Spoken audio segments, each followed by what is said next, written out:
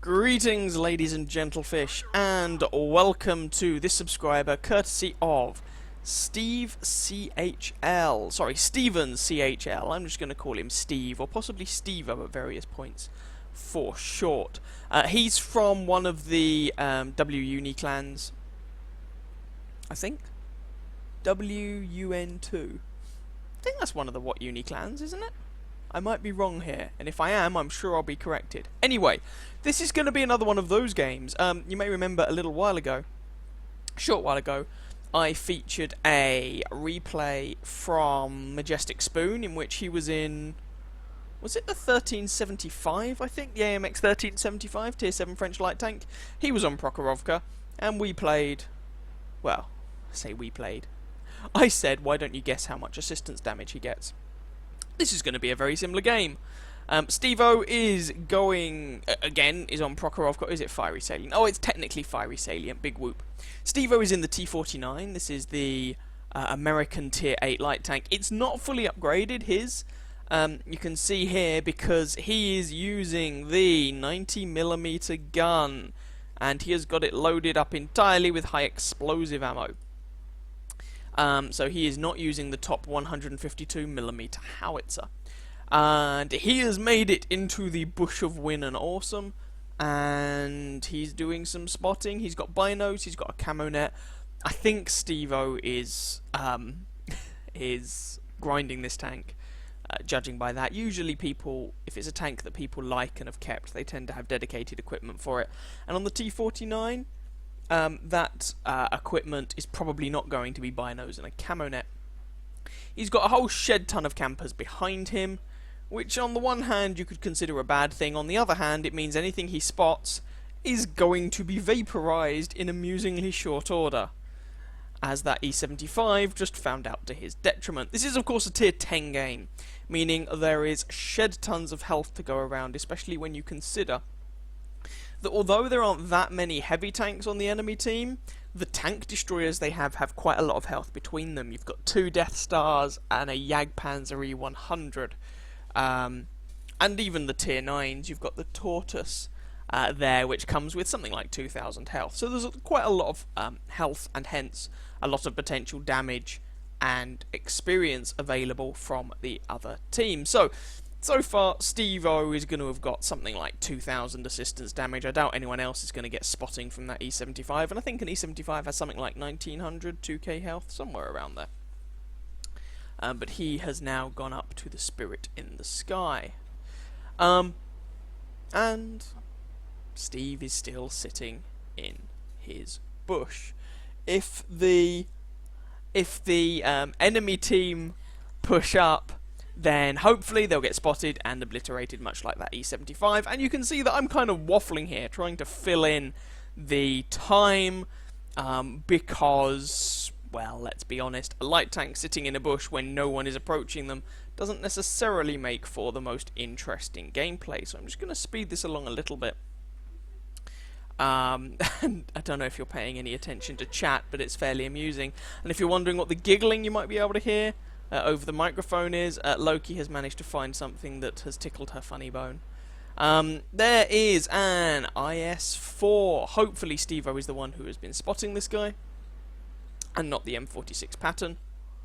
But now I'm pretty sure it is Steve-O, and oh, there we go. Hello, campers. The battle has started. IS-4, Death Star, and an IS-8, an IS-7...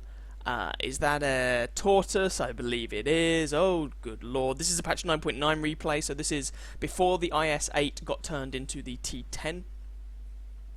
And, oh dear. Oh dear, oh dear. Now, just a thing to note. So far, Steve has not encountered anybody really acting as a scout down this side of the map for the enemy team.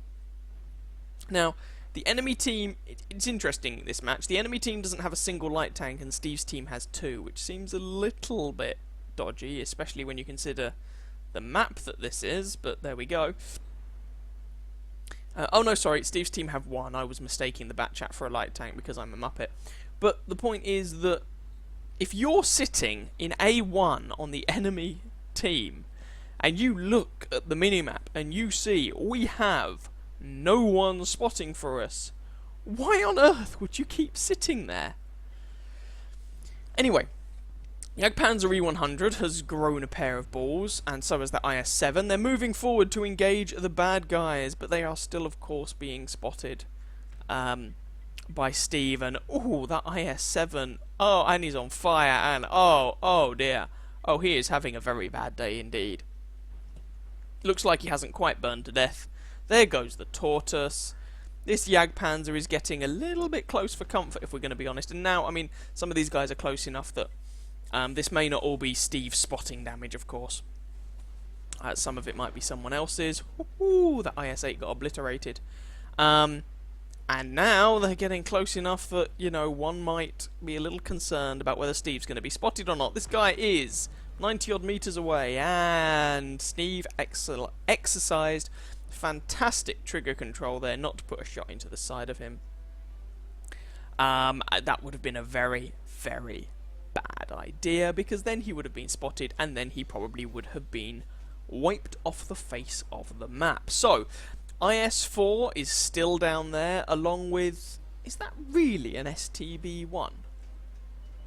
Also, a quick point to note, if you're in an IS-4 and a T57 heavy and an STB-1, and you find yourself in the A1, A2 corner of this map, and you are in the north spawn, you are doing it wrong. And you deserve everything that happens to you in the context of the game and the light tank spotting you and the light tank's buddies are ripping you a new one.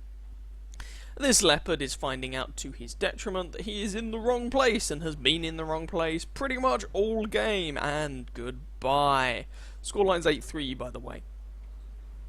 Notice Steve hasn't actually pulled the trigger yet, and as we've already established, is not even in a fully upgraded tank. But there we go.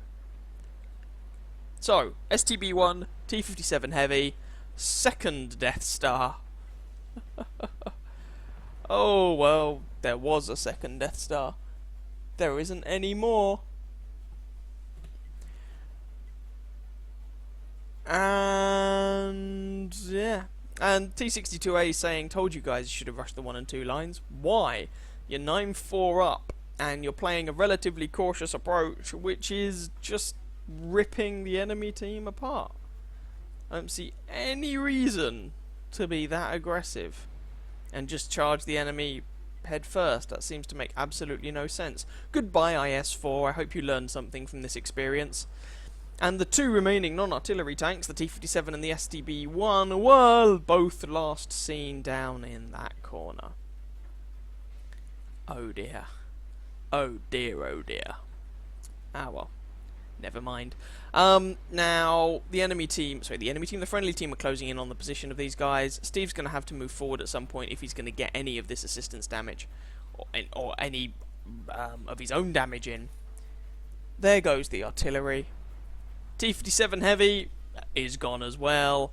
STB-1, well, he is still in that corner. There's nowhere else for him to be. And this is going to have been a complete frigging whitewash. Can STB-1 carry? The answer is no. And that was the game. So, how much assistance damage? Keep your eyes peeled and have a guess. Go on, have a guess.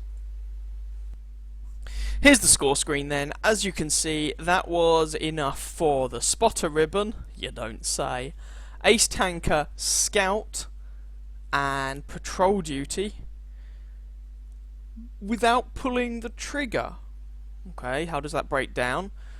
Well, 1,418 base experience. Gosh. Without doing a single point of damage or getting a single kill. I mean, let's be honest, his WN8 for this game, if you're interested in that sort of thing, would have been garbage, but anyone who looks at this game and says Steven didn't do his job and didn't do a good job would be talking out of their backside. So, now is the moment of truth. Place your bets. How much assistance damage did Steven do? How much spotting damage? What? 7,000? 8,000? 9,000, maybe even 10,000. Well, the answer, 16,718.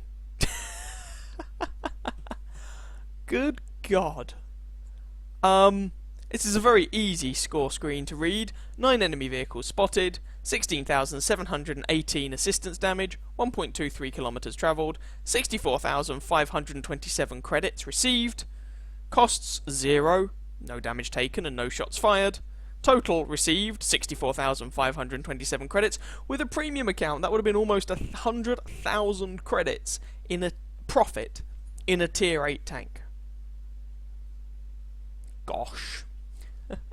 1,418 base experience. When you total everything up, you're looking at 1,600 experience. With a premium account, that would have been 2,300, and that's not with a ×2 for the day or anything like that. So, very nice result there from Steven's CHL. Please let me know how close you got when you were guessing his assistance damage in the comments. I hope you guys enjoyed that game. If you did, please feel free to catch some of my other videos and or subscribe to my channel, and I wish you very happy hunting on that battlefield. Ciao, ciao.